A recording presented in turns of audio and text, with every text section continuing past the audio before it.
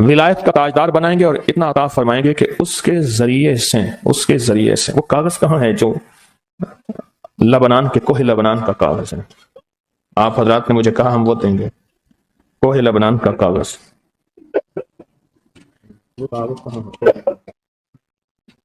جو یہ پڑھے گا اللہ اس کو اتنا عطا فرمائیں گے، آپ ذرا چھوٹے سا ایک لفظ کہہ رہا ہوں، جو یہ پڑھے گا اللہ اس کو اتنا عطا فرمائیں گے، اتنا عطا فرمائیں گے کہ اس کے ذریعے سے لوگوں کو روزی دیں گے۔ وہ ذریعہ بن جائے گا لوگوں کو روزی دلانے کا، وہ ذریعہ بن جائے گا لوگوں کو دولت اور رزق دلانے کا، وہ ذریعہ بن جائے گا لوگوں کو برکات اور ثمرات دلانے کا، وہ ذریعہ بن جائے اللہ اس کے ذریعے سے لوگوں کو رزق عطا فرمائیں گے۔ اب آپ ان الفاظ کو غور سے سنیں، دیکھیں الفاظ سے پہلے میں الفاظ کی حقیقت بتاتا ہوں، الفاظ سے پہلے الفاظ کی حقیقت بتاتا ہوں۔ آپ ذرا الفاظ سے پہلے الفاظ کی حقیقت کو غور سے سنیں، حقیقت کو غور سے سنیں۔ یہ بس والوں کے ساتھ آپ نے سفر کیا ہوگا، یہ اکثر ہوٹلوں پہ کھڑے ہوتے ہیں۔ جب ہوٹلوں پہ کھڑے ہوتے ہیں ڈرائیور اور بس کے عملے کا کھانا مفت ہوتا ہے۔ کچھ بندے لائے ہیں جو اپنا فکر کرتا ہے اگر وہ بس والا کہیں کھڑا کرتا، بس بند کر دیتا اور خود کھانا کھاتا، کیا مفت دیتے؟ جو دوسروں کو ساتھ لاتا ہے اور جو دوسروں کا فکر کرتا ہے اللہ اس کو بہت زیادہ نوازتے ہیں، بہت زیادہ۔ حضرت داؤد علیہ السلام نے عرض کیا کہ یا اللہ آپ کا نبی پیارا ہوں، بہت ہی زیادہ پیارا بننا چاہتا ہوں، تو کچھ میرے ساتھ شفقت فرمائے۔ تو آپ نے فرمایا داؤد میرے بندوں کو میرا محبوب بناؤ، میرے بندوں کو میرے قریب کرو تو میرے اور پیارے ہو جاؤ گے۔ حضرت موسیٰ علیہ السلام نے اللہ سے عرض کیا کہ یا اللہ تیرا پیارا بننے کے لیے، محبوب بننے کے لیے کون سا عمل ہے؟ تو آپ نے فرمایا غائبانہ لوگوں کے لیے دعا کرو، غائبانہ لوگوں کے لیے دعا کرو۔ کیوں؟ منہ پہ دعا خوشامد پھر بھی بن سکتی ہے، دکھاوا پھر بھی بن سکتا ہے۔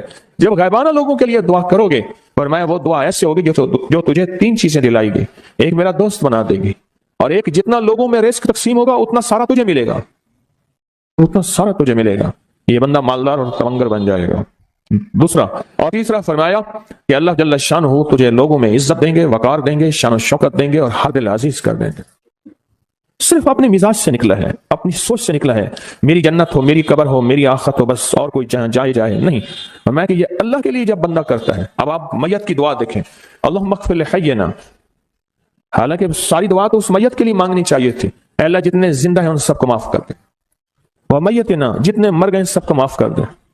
میت سامنے پڑا ہے، عین سامنے رکھ کے میت کے لیے دعا نہیں مانگی جا رہی، پہلے سارے زندوں کے لیے تاکہ ان کا خاتمہ ایمان پہ ہو، پھر میتوں کے لیے، وہ شاہدنا جو موجود ہیں، وہ غائبنا جو اس وقت نظر نہیں آ رہے غائب ہیں، وہ صغیرنا وہ چھوٹے ہیں، وہ کبیرنا وہ بڑے ہیں، وہ ذاکرنا وہ مذکر ہیں، وہ انسانا اے اللہ جو مؤنث ہیں۔ یہ دعا مانگ کے پھر کہتا ہے اللہم من احییتہ منا فاحیہ علی الاسلام، اے اللہ زندگی گزارنا تو کملی والے کی غلامی میں، ومن توفیتہ منا فتوفہ علی الایمان، اے اللہ اگر موت ہو تو ایمان کی موت دے دے۔ جو بندہ دوسروں کے لیے مانگتا ہے، جو بندہ دوسروں کے لیے چاہتا ہے، دوسروں کے لیے چاہتا ہے۔ ابھی کچھ عرصہ پہلے ایک صاحب ہیں جو کچھ تعویذ وغیرہ پیر کچھ تھوڑا سا عامل ہیں، تو مجھے ملے، مجھ سے کہنے کہ ہم نے سفر تو اکٹھا شروع کیا تھا، اور مجھ سے کہنے کہ اتنے آگے نکل گئے، وجہ؟ میں نے کہا فرق اتنا ہے، تو نے چھپایا میں نے بتایا، بس تو نے چھپایا میں نے بتایا۔ کہنے لگا نہیں کوئی اور وجہ ہے۔ اچھا میں پھر اسے باتیں اور چلتی رہیں چلتے